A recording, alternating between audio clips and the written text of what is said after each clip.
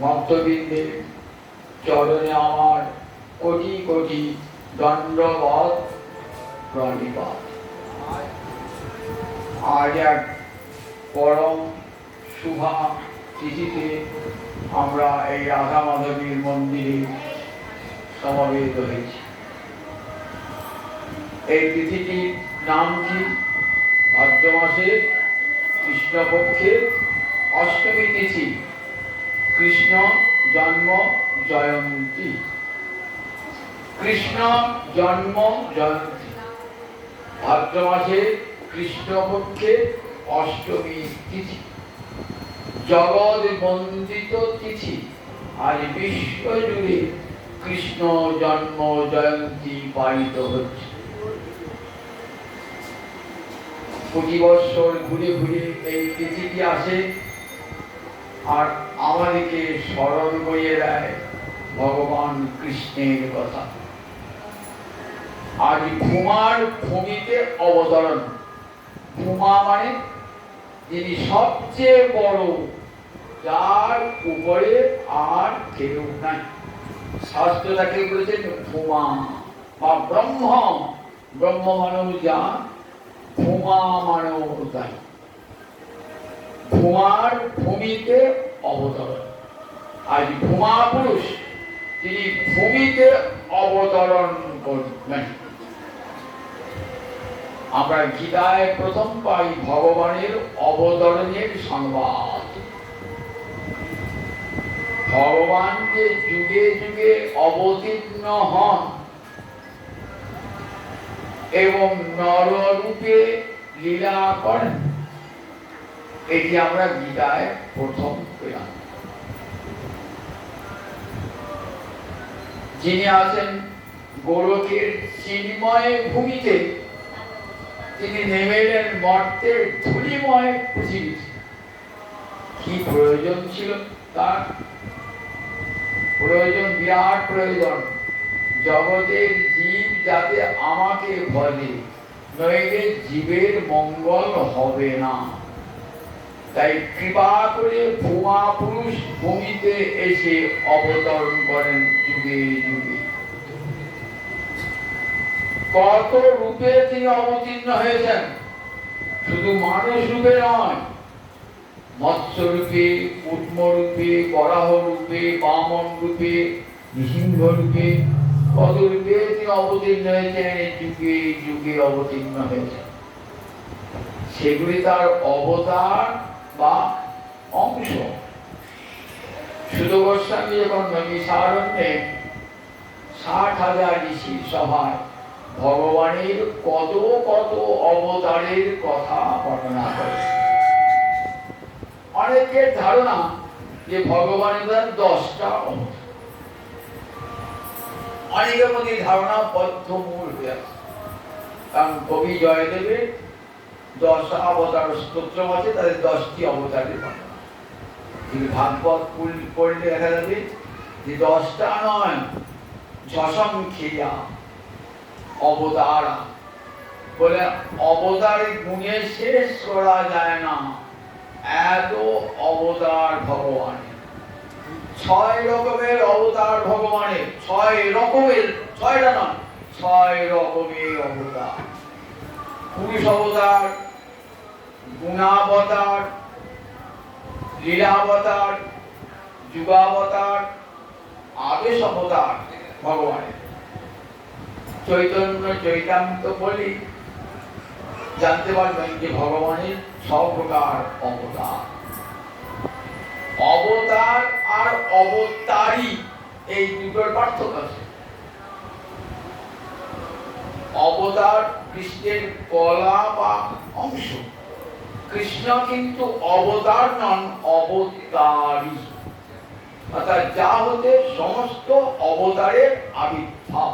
এটি মনে রাখতে হবে আপনাদের যে অন্যান্য মৎস্য, কুর্ম, রাম, সিংহাদি এরা এতে চাংশ কলা পুংস, কৃষ্ণস্তু ভগবান স্বয়ং। এই স্বয়ং ভগবান একমাত্র কৃষ্ণকেই বলা হয়েছে। 16 কলায় পূর্ণচন্দ্র।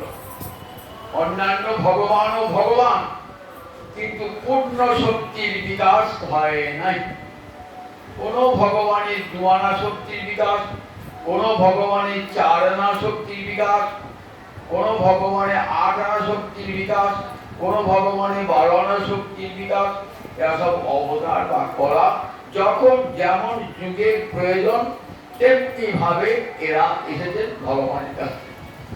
ভগবান শ্রীহরি হলেন অবতারী ষোড়কলায় পূর্ণ ভগবান। ঐশ্বর্যেরও চরম সীমায়, মাধুর্যেরও চরম সীমায়।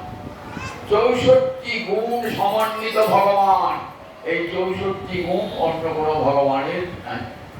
নারায়ণের আছে 60 গুণ, আর গোবিন্দের 64 গুণ।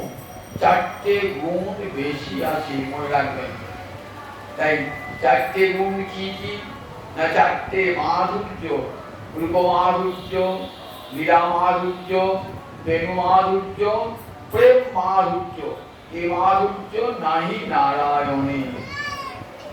নারায়ণে প্রেম মাধুর্য নাই, লীলা মাধুর্য নাই, রূপ মাধুর্য নাই, বেণু মাধুর্য নাই। নাম বাঁশি বাজান, বাঁশি বাজান না, মনে মনে গরু চড়ান, করে চড়ান। তিনি ভগবান বলে জগৎ পুজো হয়েছে। কিন্তু ভগবানের নারায়ণ হয়েও ভগবানের এই 4টে গুণ বেশি বলে গোবিন্দের 64 গুণ। এবং কৃষ্ণস্তু ভগবান স্বয়ং, শ্রী গোবিন্দ স্বয়ং ভগবান এবং অবতারী।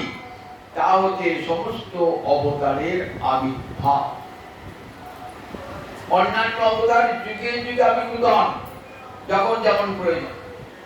গীতায় বলেন সম্ভবগামী যুগে যুগে। লোকের ধারণা আছে কৃষ্ণ কোথাও যুগে যুগে আবির্ভূত হন। সব দাপর যুগে কৃষ্ণ অবতীর্ণ হন না। কখন অবতীর্ণ হন বলেন? ব্রহ্মার একদিনে তিহ অবতার। ব্রহ্মার একদিন কেমন করে হয়? সত্য, ত্রেতা, দাপর, কলি, এই 4টে মিলে কি বলে? চতুর্যুগ। 71 বার যদি চতুর্যুগ ঘোরে তার একটা মন্বন্তর হয়। 14 মন্বন্তর হলে ব্রহ্মার একটা দিন। আমাদের 24 ঘন্টা দিন, তো ব্রহ্মার একটা দিন কেমন করে? সত্য, ত্রেতা, দাপর, কলি, 4টে যুগ মিলে চতুর্যুগ। 71 চতুর্যুগ হলো, 71 বার ঘুরলে 4 যুগ, একটা মন্বন্তর হলো। এরকম 14টা মন্বন্তর, তখন ব্রহ্মার একটা দিন। ব্রহ্মার দিন যে শেষ হয়ে যায়, ঘুম এসে যায়, প্রলয় হয়ে যায়। আবার এমনি করে 14 মন্বন্তর বাদে আবার ভগবান আসেন। বলেন ব্রহ্মার একদিনে তিন অবতার। ব্রহ্মার একদিনে দাপরে কি জন্য আসেন? বলেন যুগ ধর্ম প্রবর্তন হয় অংশ হইতে, আমা বিনা অন্যে নারে ব্রজ প্রেম দিতে। অসুর সংহার করবার জন্য যখন দরকার হয়, তখন ভগবানকে না এলেও চলে। চণ্ডী বললে দেখবেন ভগবান আসেন না। শুম্ভ নিশুম্ভকে বধ করবার জন্য গিয়েছেন, ভগবানের শক্তি দুর্গা এসেছেন। মহিষাসুরকে বধ করবার জন্য দুর্গা এসেছেন, ভগবানের শক্তি। ভগবানকে আসতে হয় না। তাই অসুর নিধনাদির জন্য ভগবান কোনোদিন আসেন না। তাহলে যুগ ধর্ম প্রবর্তন করবার জন্য ভগবান আসেন না। এক একটা যুগে এক একটা ধর্ম আছে। তো সত্য যুগে যেমন ধ্যান ধর্ম, ত্রেতা যেমন যজ্ঞ ধর্ম, দাপরে অর্জন ধর্ম, কলিতে হরিনাম যুগ ধর্ম। বলে এই যুগ ধর্ম প্রবর্তন আমার অংশ দেখতে হয়। কিন্তু তুই তাহলে আসলে কারো ঠাকুর, তা বলে আমা বিনা অন্যে নারে ব্রজ প্রেম দিতে। এই ব্রজ প্রেমটি গোবিন্দ ছাড়া আর কেউ দান করতে পারেন না। ব্রজ প্রেম দান, যাকে দেখলে ময়ূর ময়ূরী পর্যন্ত প্রেমে উচ্ছ্বসিত হয়ে যায়। ময়ূর বলছে দূরের কথা, যমুনার জলে উজান বয়, গোবিন্দের বাঁশি শুনলে পরে তরুলতা মুকুরিত হয় গোবিন্দকে দর্শন করলে পরে। ওই যে কাঁপে বৃন্দাবনের তরুলতা যখন কৃষ্ণকে দর্শন করে, প্রেমে কাঁপে। ময়ূর ময়ূরী নেচে ওঠে, কোকিল কোকিলা গান গেয়ে ওঠে, ভ্রমণ ভ্রমণী গান গেয়ে ওঠে। এইসব এমনি কথা দেখুন কেমন করে ব্রজ প্রেম। কৃষ্ণাদন্য ওবা অন্য প্রমোদ অস্তি। কৃষ্ণ ছাড়া জগতে আর কে প্রেম দান করতে পারেন? জগতে সর্বত্র প্রেম দানের জন্য ভগবান আসেন কৃষ্ণ রূপে। এই দাপড়াই কৃষ্ণপক্ষে, ভাদ্র মাসের কৃষ্ণপক্ষের অষ্টমী তিথিতে আবির্ভূত হয়েছিলেন প্রেম দানের সংকল্প দিয়ে।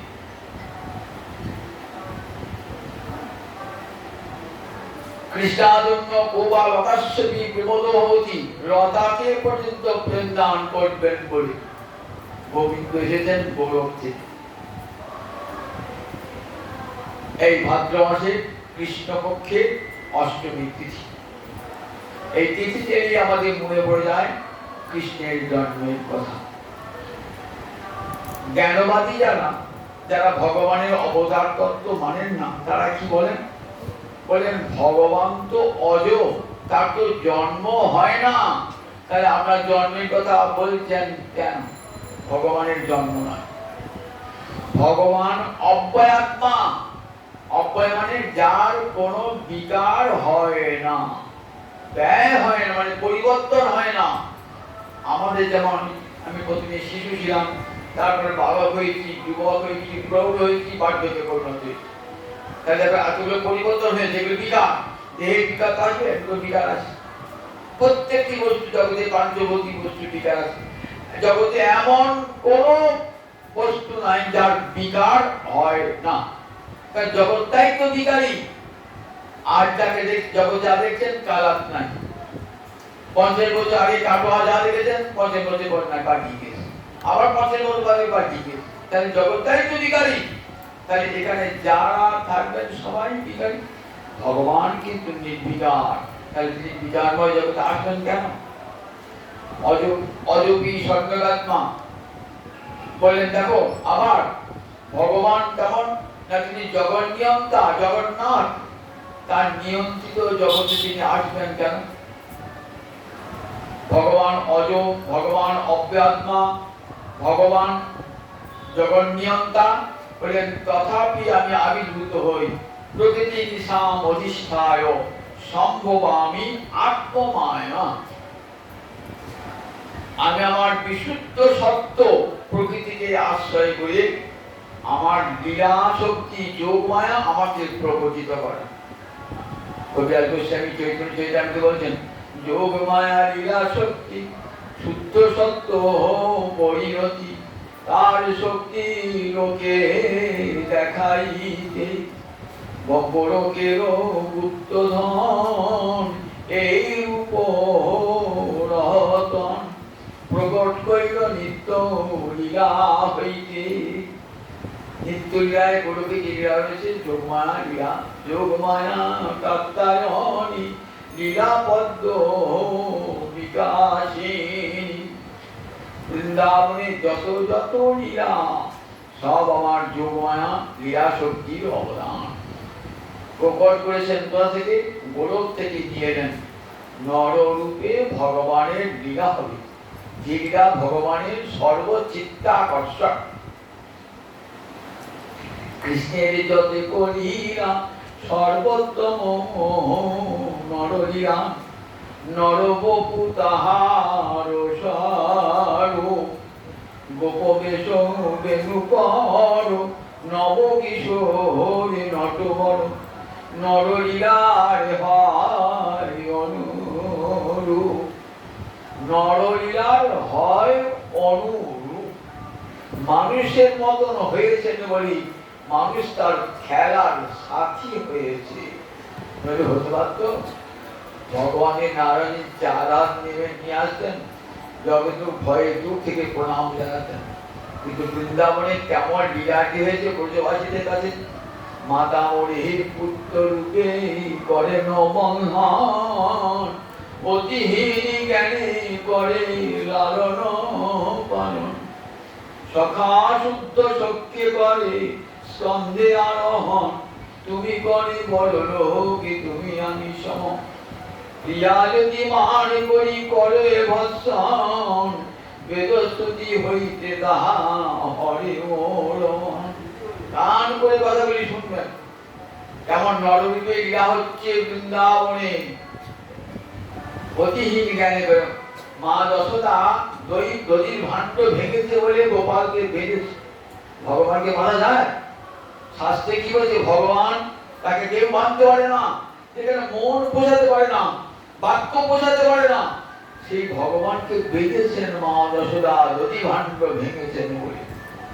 দেখুন একবার কেমন নররূপে লীলা।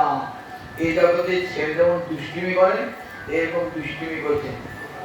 মাতা মণি পুত্র রূপে করেন অবন্ধন, অতিহীন জ্ঞানে করে আরো হাতে লাঠি নিয়ে সাজাচ্ছেন যে যার ভয়ে জম কাঁপে, যার ভয়ে সূর্য কাঁপে, যার ভয়ে চন্দ্র কাঁপে, আর সেই ভগবান মায়ের ভয়ে কাঁপছে।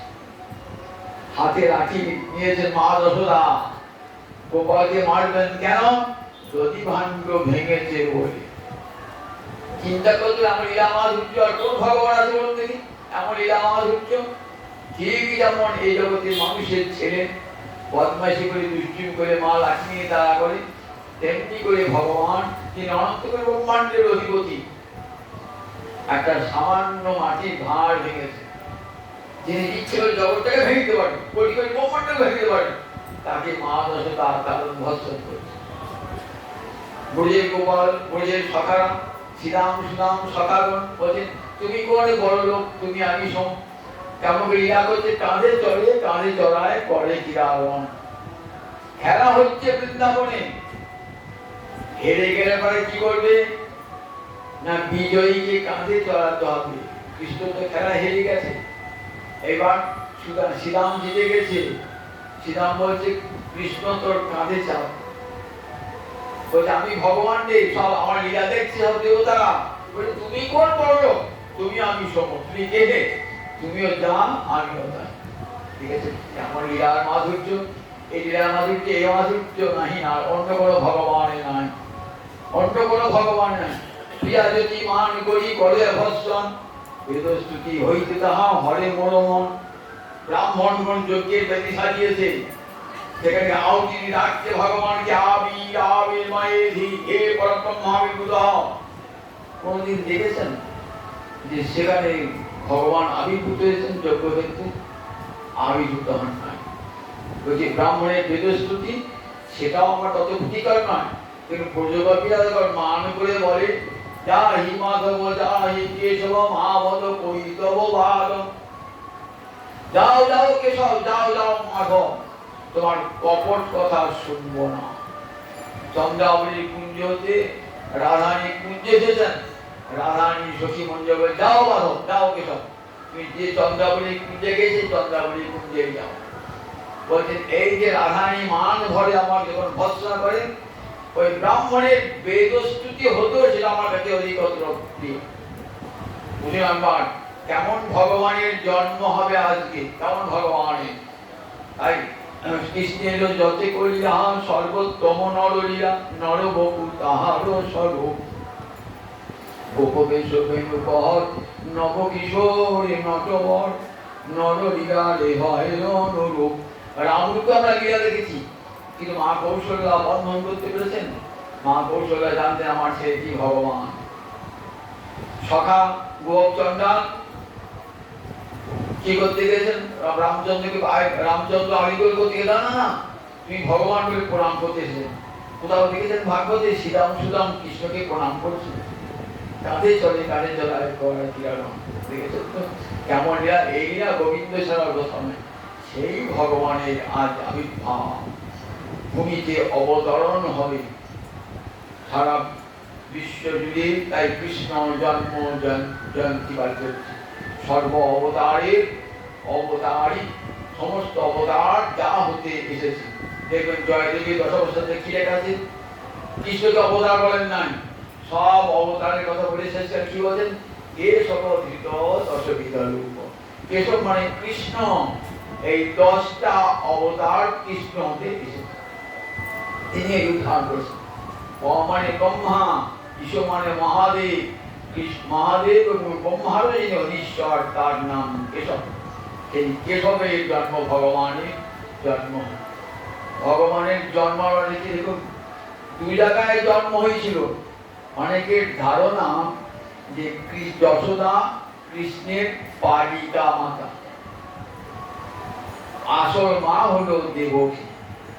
কিন্তু ভাগবত যিনি ভালো করে পড়েন প্রাসঙ্গিক গ্রন্থ হরিবংশ, কৃষ্ণ যাবল গ্রন্থ যদি পড়েন তাহলে দেখবেন ভুলটা ভেঙে যাবে। মা যশোদারও পুত্ররূপে জন্মিয়েছেন, আবার দেবকীর পুত্ররূপে জন্মেছেন। কৃষ্ণের জন্ম দু জায়গাতেই হয়েছিল একই সময়ে। অনেকেই এই ভাগবতের রহস্য বুঝতে পারেন না। তারা বলেন দেবকীর গর্ভে জন্ম হলো আর যশোদা পালন করলো, তাই দেবকী হলেন আসল মাতা আর যশোদা হলেন পালিকা মাতা। কিন্তু কথা কি ঠিক নয়। একই সঙ্গে হরিবংশ বলছেন যে গর্ভে তো অসম্পূর্ণে অষ্টমে মাসি দেশীয় সুষুপাতে সমন্তরা। দেবকী এবং যশোদা দুজনেই একই সঙ্গে প্রসব করলেন। অনেকে বলেন যশোদা প্রসব করেছিল কাকে? যোগমায়াকে। যোগমায়া একসঙ্গে হয়েছিল। কৃষ্ণ হলেন অষ্টমী তিথিতে, যোগমায়া নবমী তিথিতে। তাই মা মহামায়া দুর্গাকে কি বলা হয়? কৃষ্ণের অনুজা। অনুজা মানে পরে যে জন্মায় তাকে অনুজা বলে, বন হলে তাকে অনুজা বলে। তাহলে যদি একসঙ্গে জন্মাতেন তাহলে কি অনুজা বলে নাকি? কিন্তু মহামায়া দুর্গাকে বলা হচ্ছে অনুজা। তাহলে একই সঙ্গে হরিবংশ বলছেন একই সঙ্গে দেবকী আর যশোদা গর্ভ অসম্পূর্ণ অবস্থা, অর্থাৎ 9 মাস 10 দিন গর্ভটা সম্পূর্ণ হয় নাই। 8 মাসে জন্ম কৃষ্ণের, 8 মাসে জন্ম। তাই অসন্ত গর্ভ যখন, সেই অবস্থায় জন্মিয়েছেন কৃষ্ণ। একই সঙ্গে দুই জায়গায় জন্মিয়েছেন ভগবান। এক জায়গায় দেবকীর ঘরে, আবার এক জায়গায় যশোদার ঘরে। কারণ ভগবানের দুটো মূর্তি, একটা ঐশ্বর্য মণ্ডিত আর একটা মাধুর্য মণ্ডিত। একদিকে ভগবান ঈশ্বর, একটি মধুময় মাধব। ঈশ্বরকে জন্মেছেন কার ঘরে? দেবকীর ঘরে জন্মেছেন ঈশ্বররূপী। দেবকী তখন তো কংসের কারাগারে। কংস দেবকী আর বসুদেবকে তখন কারাগারে রেখে দিয়েছে। মথুরার আগে সেই কারাগার মথুরা দেখতে হবেন মিলে করে কারাগারে বেঁচে দিয়েছেন। কারণ দেবকীর অষ্টম গর্ভের সন্তান তার হন্তা হবে, তাই কারাগারে পুড়ে রেখে দিয়েছেন। এক একটি 6টি সন্তানকে বিনাশ করেছেন। সপ্তম গর্ভে কে এলেন? সপ্তমী বৈষ্ণব ধাম যম অনন্তম প্রচেষ্টি। সপ্তমের বৈষ্ণব তেজ, অনন্ত দেবের অনুচর স্বয়ং ভগবান বলরাম। অগ্রজ ভবিতা দেব হরে প্রিয় চিকিৎসয়া। এবার দাদা হয়ে এলেন কেন? রাম অবতারে মনে একটা বড় ক্ষোভ ছিল। কতদিন রামচন্দ্র খান নাই, বিশ্রাম গ্রহণ করেন নাই, কিন্তু ভাই তো লক্ষণ ভরসা করতে পারেন নাই। ভাবছেন আমি দাদা হতাম তাহলে ভাইকে আমি জোর করে খাওয়াতাম, শোয়াতাম, বিশ্রাম গ্রহণ করাতাম। মনে ক্ষেপ ছিল। তাই পরজন্মে কৃষ্ণলীলায় বলরাম হয়ে জন্মালেন। অগ্রজ ভবিতা দেব হরে প্রিয় চিকিৎসা। গোবিন্দের প্রিয় কার্যকর পাওয়ার জন্যে ভগবান অনন্তের অনুচর বলরাম স্বয়ং অনন্তদেব জন্ম সংকর্ষণ জন্মালেন বলরাম রূপী। সপ্তম গর্ভটা দেখবেন যোগমায়াকে, আর সপ্তম গর্ভে জন্মবার করলেই ভগবান যোগমায়াকে আদেশ করলেন, যোগমায়া তুমি এক কাজ করো, এ তো আবার যদি অংশ ছুটে আসে এই গর্ভটিকে নষ্ট করে দেয়, তুমি দেবকীর গর্ভকে স্থানান্তরিত করো। বলেন বসুদেবের আর এক বন্ধু যে রোহিণী, সেই রোহিণীর গর্ভটিকে স্থানান্তরিত করো। যোগমায়া সঙ্গে সঙ্গে ভগবানের আদেশ পালন করলেন। তখন দেবকীর গর্ভকে নিয়ে গেলেন কোথায়? রোহিণীর গর্ভে নিয়ে গেলেন। লোকে জানলো দেবকীর গর্ভপাত হয়েছে। চিন্ময় গর্ভে কখনো পতন হয় না। এই জগতে মাতৃ গর্ভের সন্তান পতন হয়, কিন্তু চিন্ময় গর্ভে কখনো পতন হয় না। যোগমায়া এইসব লীলা পরিপাটি, যোগমায়া লীলা পরিপাটি। এবার অষ্টম গর্ভে ভগবান শিহরি এসেছেন দেবকীর কারাগৃহ আলোকিত করে।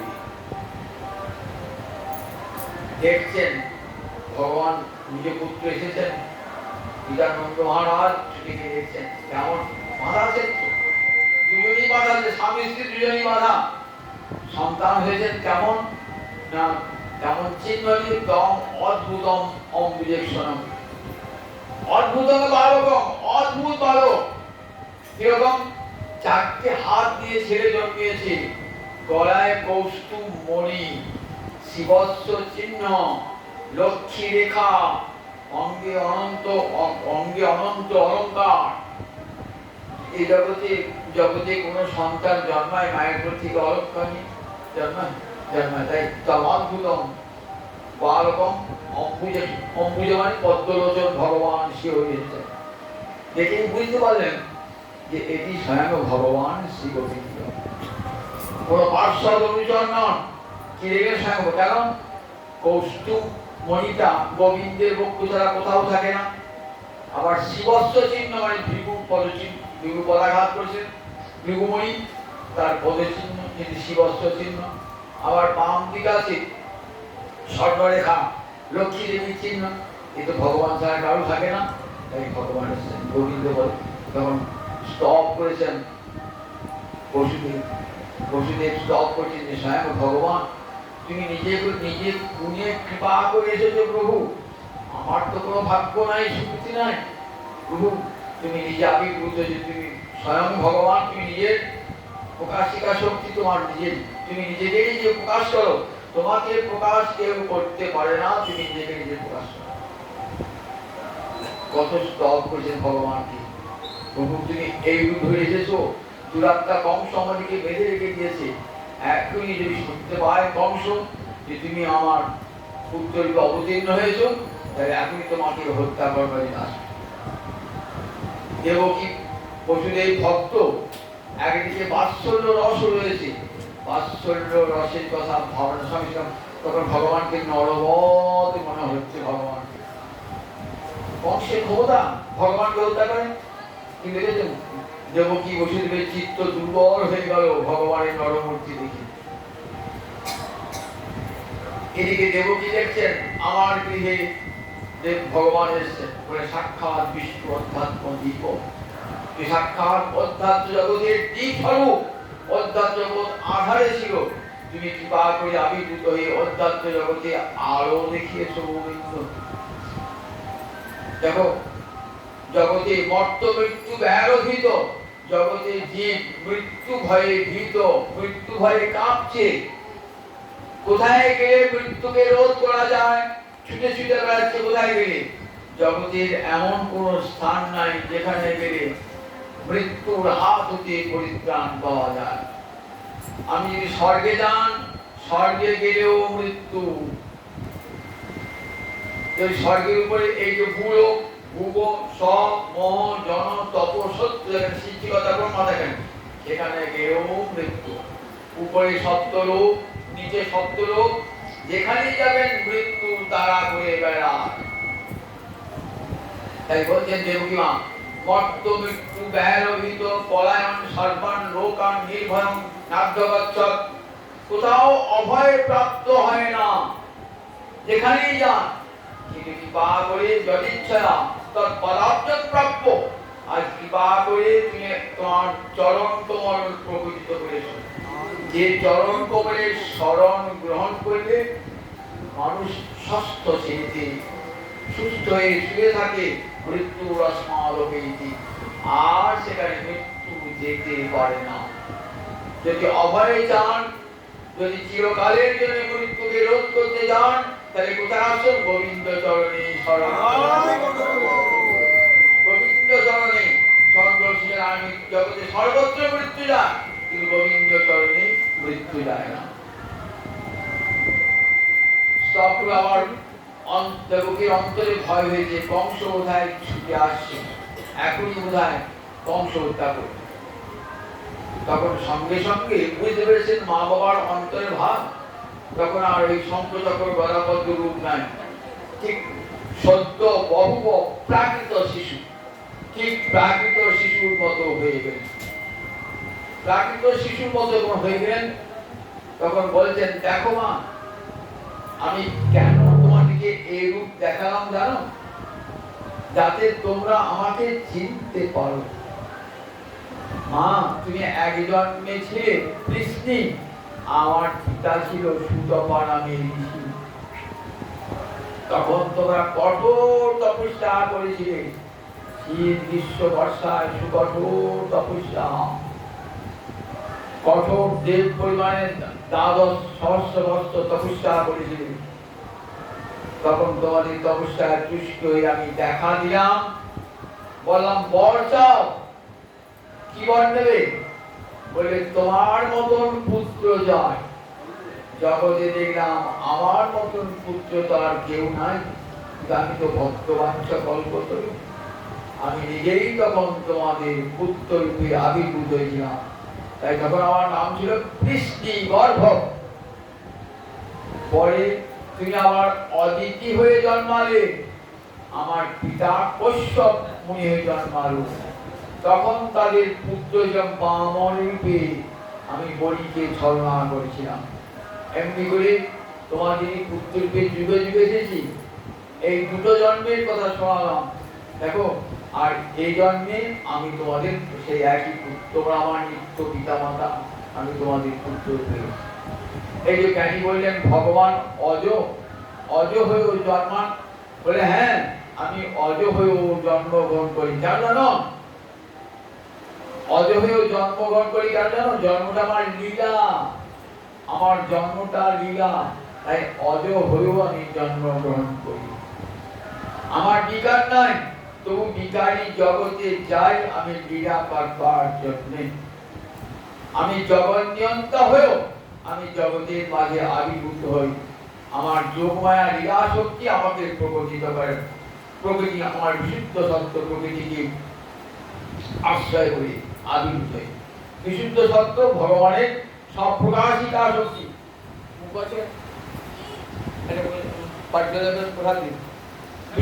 বিশুদ্ধ শক্তি, বিশুদ্ধ সত্য সপ্রকাশিকা শক্তি।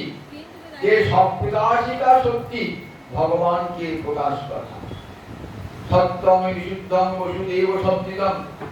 ভগবানের চিৎশক্তির তিনটে রূপ, সন্ধিনী, সম্বিত, হীরাবে। সন্ধিনী কাজ ভগবানকে ধরে রাখে। মাতা পিতা, স্থান, গৃহ, শয্যাসন, এসব কৃষ্ণের শুদ্ধ সত্যের বিকার। কৃষ্ণের যে নন্দ, যশোদা, দশরথ, কৌশল্যা মাতা পিতা দেখি। সত্যিকারে কৃষ্ণের কোনো মাতা পিতা নাই, এরা ভক্ত। এদের অভিমান চিরকালে কৃষ্ণ আমাদের পুত্র। সেই ভক্ত বাঞ্ছা পূর্ণ করবার জন্য তাদের পুত্র হয়ে জন্মগ্রহণ করেন, তাদের পুত্র হয়ে জন্ম করেন। সত্যিকারে ভগবান কারোর পুত্র নন। গীতাতে পড়ে দেখবে ভগবান তিনি কারোর পুত্র নন, তিনি কারোর, তিনি জগৎ পিতা।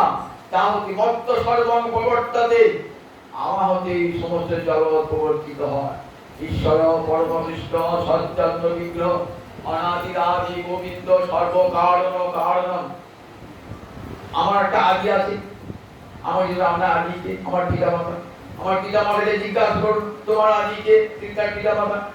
এমনি করে গোবিন্দের কাছে যান, গোবিন্দ তোমার পিতা মাতাকে। গোবিন্দ বলে আমার তো পিতা মাতা নাই, আমি তো জগতের পিতা মাতা। তমেব মাতা চ পিতা তমেব, তমেব সর্বং মম দেব দেব। তাহলে গোবিন্দের পিতা মাতা শুধু লীলার সাথী, লীলা করবার জন্য একটা পিতা মাতা। সবসময় পিতা মাতাও দরকার হয় না। ব্রহ্মা নাসার অন্তর থেকে বরাহরূপ ভগবান অবতীর্ণ হলেন। ব্রহ্মা নাগ ঘিরেছেন, আর সেখানে একটা যজ্ঞ বরাহরূপ অবতীর্ণ হলেন। সেখানে মাতা পিতা দরকার হয়েছিল। জগতের জীবের জন্মের জন্য মাতা পিতার প্রয়োজন আছে, এবং তার জন্মটা হয় কর্মানুযায়ী। কিন্তু ভগবানের জন্ম যেন পিতা মাতার প্রয়োজন নাই, আবার তার জন্মটা কর্মানুযায়ী হয় না। ইচ্ছা করে ভগবান আছেন, ইচ্ছা করে। এই জন্মগ্রহণটা তার লীলা। লীলা মানে খেলা, খেলা করবার জন্য, জীবের ভক্তের সঙ্গে খেলা করবার জন্য, ভক্ত চিত্তকে বিনোদন দান করবার জন্য ভগবান যুগে যুগে আবির্ভূত হন। তাই আমি জগন্নাথেও আমার নিয়ন্ত্রিত জগতে আমি যাই। ভগবান তাই তখন ভগবান সঙ্গে সত্য অপূর্ব প্রাকৃত শিশু, ঠিক প্রাকৃত জগতের শিশু হলেন। বলে দেখো, যদি কংসার বিবেশী, যদি কংসের কাছে তোমরা ভয় পাও, তাহলে আমি নন্দ গোকুল নয়, আমাকে নিয়ে চলো গোকুলে। গোকুলে নিয়ে যাবেন কি করে?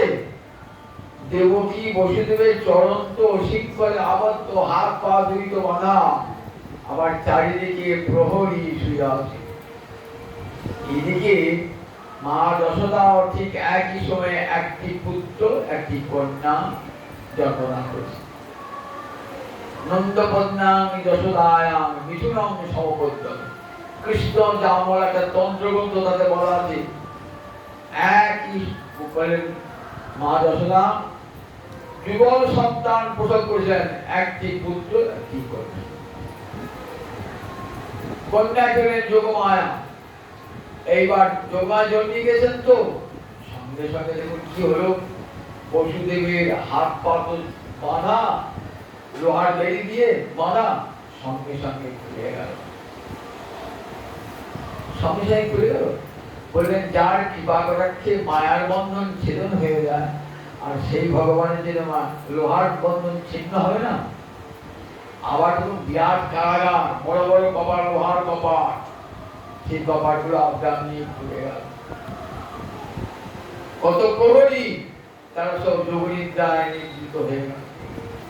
বসুদেব কি করলেন, ছেলেটিকে করে করিয়ে যাচ্ছেন, করে করিয়ে যাচ্ছেন, তো বৃষ্টি পড়ছে, মন্দ মন্দ জলধারা, মন্দ মন্দ জলধারা বৃষ্টি পড়ছে। কেন? দেবরাজ ইন্দ্র ভাবছেন গোবিন্দকে সেবা করতে হবে, তো গোবিন্দ সেবার উপযুক্ত সময়, গোবিন্দ সেবার তাই বিন্দু বিন্দু বিন্দু বিন্দু বাড়ি বর্ষণ হচ্ছে। ছাতার কাজ করবে দিকে অনন্ত দেব বিবেশের বিশাল ফনা নিয়ে, যাতে গোবিন্দের মাথায় জল না পায়। যাচ্ছেন তো অন্ধকার রাত্রি, কৃষ্ণপক্ষে তিনি তো অন্ধকার, যমুনার তীরে গিয়ে পৌঁছিয়েছেন। ভাবছেন যমুনায় বান দেখেছি, বাবরি যাবো কি করে, যমুনা পার হবো কি করে, পায়ে হেঁটে যমুনা পার হবো, নৌকা টোকা তো কিছুই নাই, অধিক রাত্রে নৌকা কিছুই নাই, কি করে পার হবো মনে ভাবছে। যমুনা কি ভাবছে? যমুনা ভাবছে আমার স্বামী সমুদ্র একটি রামচন্দ্রের চরণ পাবার জন্য তারপর সেতু বাঁধতে দিয়েছিল। সমুদ্রে কখনো সেতু হয়? কিন্তু তাই সে অসম্ভব সম্ভব হয়েছে। কেন? সমুদ্র চাইছে রামচন্দ্রের চরণ স্পর্শ পাব। শিলা ভেসেছে, শিলা আবার ভাসে, শিলা ভেসেছে, সেতু তৈরি হয়েছে। রামচন্দ্র লঙ্কায় গিয়েছেন সেই সেতুটি। তখন হবে আমার স্বামী সহধর্মিনী, আমার স্বামী যখন রামচরণ পেয়েছেন, আমিও গোবিন্দ চরণ পেতে চাই। সঙ্গে সঙ্গে যোগমায়া তার শিয়ালের বেশ হলেন, শিয়ালি বেশ হলেন, হেঁটে চলে যাচ্ছেন যমুনা। বসে দেখে হেঁটে পাড়া যাবে, জীবনে জল তো বেশি নাই। সঙ্গে সঙ্গে যোগমায়া কি জলটা শুকিয়ে গেল। যেই নেমেছেন না, সঙ্গে সঙ্গে আবার মান দেখেছে, গোপাল তো পড়ে গেল বসুদেবের হাত থেকে। বসুদেব কাঁদছেন, ভাবলাম জল নয়, কোথা থেকে জল এলো। কিছুক্ষণ পরেই যমুনা ফিরিয়ে দিয়ে গেলেন বসুদেবের কোলে। কেন? আমার কলিটা খেলা হবে তোমার প্রভু, এই যমুনার তীরে গিয়ে তোমার খেলা হবে, তাই তোমার অঙ্গ একবার পরশ করে না। অঙ্গ পরশ করলেন। এইবার গিয়ে যখন পৌঁছালেন নন্দালয়ে, তখন নিশুচিয়া যশোদা ঘুমিয়ে ক্লান্ত হয়ে পড়েছেন। যশোদা কেউ না, একটি পুত্র একটি কন্যা সন্তান প্রসব করেছেন। ভালো মনে রাখবেন, একটি পুত্র একটি কন্যা সন্তান যশোদার। কৃষ্ণ যশোদার সন্তান, অনেকে বলেন কৃষ্ণ যশোদার সন্তান নয়, যশোদা কৃষ্ণের পালিকা মাতা। কথা কি ঠিক নয়। যশোদার গর্ভ ভগবান জন্মেছেন, কিন্তু সেখানে কোনো ঐশ্বর্য দেখার নাই, সাধারণ বড়দের মতো। দেবকীর গৃহে যেমন ঐশ্বর্য মণ্ডিত ভগবান, দেখলেন চতুর্ভুজ মূর্তি, শিবত্ব চিহ্ন, কৌস্তুভ চিহ্ন, কিন্তু কোনো চিহ্নই নাই যশোদা। কারণ যশোদার গৃহীত নররূপে খেলাটা হবে, সেই জন্য ভগবান নররূপে এসেছেন। কিন্তু বসুদেব যখন গেলেন তখন কিন্তু দেখতে পেলেন একই কন্যা, কি দেখতে পেলেন? তাহলে পুত্রটিকে দেখতে পেলেন না কেন? পুত্রটিকে বলেন যোগমায়া, তার কাজ কি? না হম প্রকাশ সর্বস্ব যোগমায়া, সমস্ত যোগমায়া ঢেকে দিয়েছেন ভগবানকে, দেখতে দেন না, দেখতে দিলেন না। সেটি যখন নামালেন ওই যশোদার কোলের কাছে, তখন যশোদার পুত্র আর বসুদেবের পুত্র দেবকীর পুত্র দুটো মিলে এক হয়ে গেল।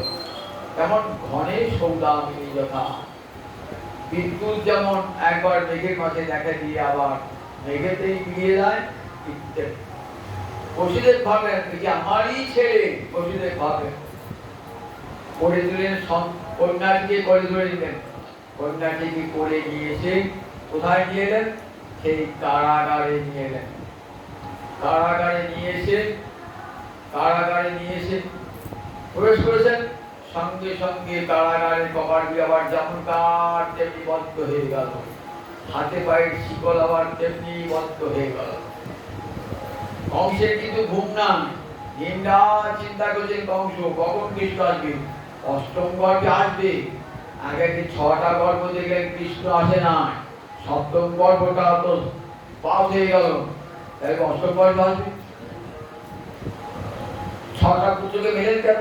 তার প্রশ্ন না, নারদ এসে জানিয়ে গেল, শোনো ওই 6টা সন্তান এসেছে না, ওর মধ্যে কোনটাকে বুঝবি কি করে? ওর মধ্যে কিছু আসতে পারে বলে দেখো, একটা ফুলের মালা যদি গাঁথা থাকে, কোনটা প্রথম কোনটা দ্বিতীয় বলা যায়? বলা যায় না। তাহলে কোনটা অষ্টকোণ বুঝবি কি করে? ভগবানের চালা কি, ভগবান অষ্টকোণ প্রথম গর্ভে চলে এসেছে, তো সবগুলোকে বের ফেলা। নারদ কথা বললেন কেন? নারদ জানছেন যত অত্যাচার কংসের বৃদ্ধি প্রাপ্ত হবে, তত ভগবানের অবতরণ ত্বরান্বিত হবে। তাই 6টা ছেলেকে বিনা কারণে মেরে সপ্তম গর্ভ ধরতে পারলেন না, অষ্টম গর্ভ আসবেন, তাই ঘুম হচ্ছে না। সবাইকে ছেলে কাঁদলে, জন্মানিত কাঁদলে আমার খবর। এইবার বসুদেব এসে যেমন তেমনি আবার পায়ের বেড়ি নিয়ে হাতের বেড়ি শুয়ে পড়েছেন। মেয়েটি স্বভাব করতে গিয়েছে, সব জেগে গেছে, প্রহরীরা ছুটিয়ে কংসে খবর দিয়েছে। কংস ছুটতে আসছে, ছুটতে এসে কারাগারে প্রবেশ করে দেবকীর হাত থেকে ছেলেটিকে কেড়ে নিয়ে আসে, মেয়েটিকে কেড়ে নিয়ে আসে।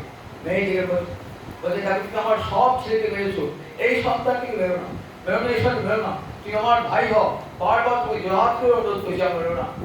আমি চাই দেবকী শুনিবে না, চোরা না শুনে ধর্মের কাহিনী। জোরপূর্বক সন্তানটিকে নিয়ে সেখানে শিলা পৃষ্ঠে আজ নিয়ে যে মেরেছেন না, মহামায়া চিন্ময়ী তাকে ধ্বংস করতে, যোগমায়া তাকে ধ্বংস করতে পারেন। কংসের কি শক্তি! সঙ্গে সঙ্গে উপর উঠে গেছে মূর্তি, 8টা বাহু, অষ্টভুজা মূর্তি দিয়ে বললেন, হরি বংশ মূর্খ, আমাকে হত্যা করে তোর কি হবে? তোর হত্যা আগেই জন্মগ্রহণ করেছে। এই যে উল্লেখ না কন্যা, এই কন্যাই পরবর্তীকালে কন্যা কুমারিকা নাম শুনেছেন তো? এই কন্যাই আইলেছেন কন্যা কুমারিকায়, আরাধিত হচ্ছেন কন্যা কুমারিকায়। এই যে কংসের হাতে যে কন্যার বিরাজ করেছিল, তিনি কন্যা কুমারিকা হয়ে রয়েছেন, কন্যা কুমারিকা। কংস দেখলেন আমার বাচ্চা তো পূর্ণ হলো না, তখন গিয়ে বসুদেব দেবকীর কাছে কাঁদছেন, বসুদেবের কাছে, ছি আমি কি অন্যায় করেছি, আমি তো দেখো তোমরা আমার ভগ্নিপতি হও, ভগ্নী হও, কি দুরাচার প্রকাশ পেয়েছে আমার, দেখো বলে দেখো সবাই মানুষ আপনা, বসুদেব পরম ভক্ত তো বললেন, মানুষ আপনা আপন কর্মফল ভোগ করে, তার জন্য তোমার কোনো দুঃখ না, আমার সন্তান বিনাশে কোনো দুঃখ নয়, তোমার চিত্তটা যে শুদ্ধ হয়েছে এই জন্য আমি সুখী। বসুদেব দেবকীকে মুক্ত করলেন। যশোদার নন্দ রাজার গিয়ে ভগবানের জন্মে একটা কাহিনী তুলে ধরেছেন গোসাই পাতা। নন্দ মহারাজ মা যশোদার বহুদিনই সন্তান নয়, বহুদিন নারায়ণে আরাধনা করেছে, তেমন কি সন্তান হয় নাই। ঋষিদের এসে পুত্রের যজ্ঞ করেছেন, পুত্রের যজ্ঞ করলেন, কিন্তু সন্তান হলো না। বেদে একটা যজ্ঞের নাম পুত্রের যজ্ঞ। এই যজ্ঞ যদি আজও কেউ করতে পারে নিখুঁত ভাবে, তাহলে তার অনেক পুত্র হবে। আজকে দিনে সেই যজ্ঞ করবার লোক নাই বলে হয়। নন্দ মহারাজ নিখুঁত ভাবে যজ্ঞ করলেন, কিন্তু হলো না। তখন গুরুদেব বলছেন, তোর যে পুত্র হবে না, সেই যজ্ঞের ফলে হবে না, স্বয়ং নারায়ণ তোর পুত্র রূপে আসবে। তুই নারায়ণ আরাধনা করছিস। পুত্রদা একাদশী ব্রত পালন করলেন। একটা একাদশীর নাম পুত্রদা একাদশী, যে একাদশী ব্রত পালন করলে পুত্র সন্তান লাভ হয়। গুরুদেব করেছেন, নিখুঁত ভাবে একাদশী ব্রত পালন করেছেন।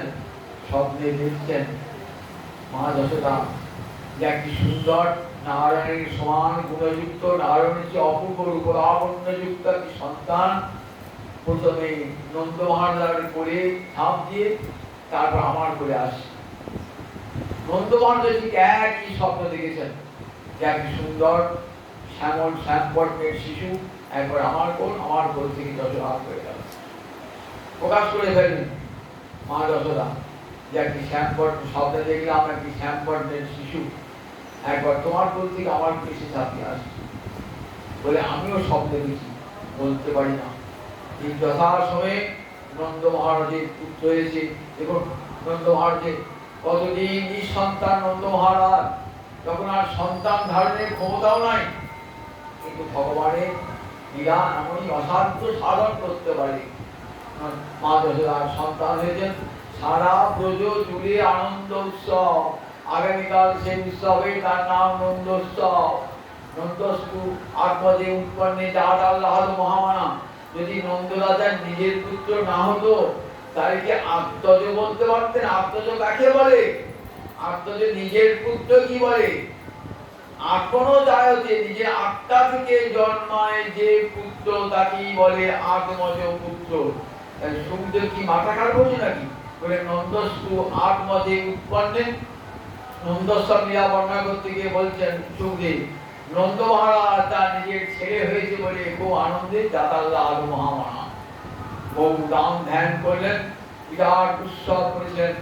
আগামীকাল সেই উৎসবে নন্দ মহোৎসব, বৃন্দাবনের নন্দ মহোৎসব, বৃন্দাবনে বড় আনন্দে আমরা সেই নন্দ মহোৎসবের কথা শুনলাম। আগামী দিন সেই নন্দ মহোৎসব সর্বত্র বিশ্বে সর্বত্র নন্দ মহোৎসব হবে। নন্দদের নন্দ মানে নন্দয়তি যশ, যিনি জগৎকে আনন্দ দান করেন তাকেই বলে নন্দ। আনন্দ ব্রহ্ম, আনন্দ ব্রহ্মকে যিনি নিয়েছেন জগতে প্রকটিত করেছেন তিনি নন্দ হবেন না? জগৎকে আনন্দ দান করেছেন ভগবান শ্রীহরিদাস জন্মতিথি। আজ এসেছেন নররূপে লীলা করবার জন্য। আজ জন্মতিথি বন্দনা করি, জগৎগুরু গোবিন্দকে প্রণাম জানাই, সমস্ত কৃষ্ণ ভক্তকে প্রণাম জানিয়ে আজকের হরিকথার এখানে বিশ্রাম জয় জয় জয় জয়। একটি জন্মলীলা কীর্তন হবে, একটু ধৈর্য ধরে শুনুন, তারপরে প্রসাদ নিয়ে বাড়ি যাবে।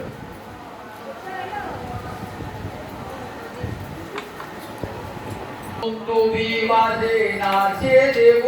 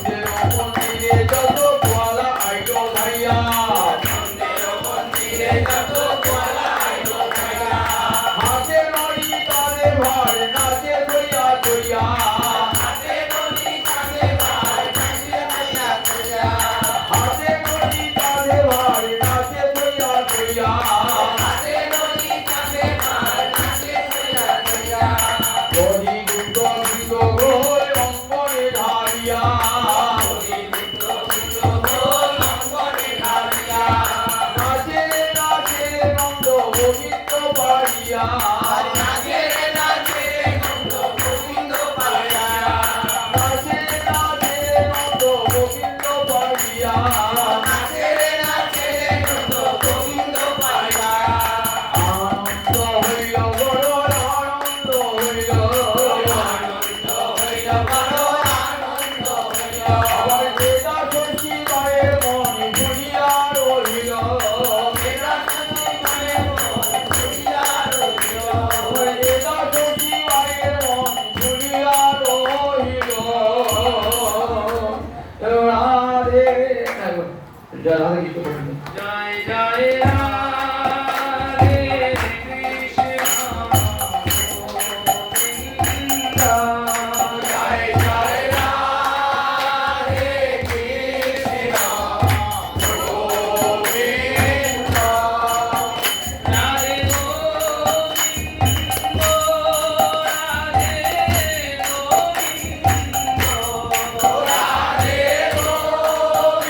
গোবিন্দ রাধে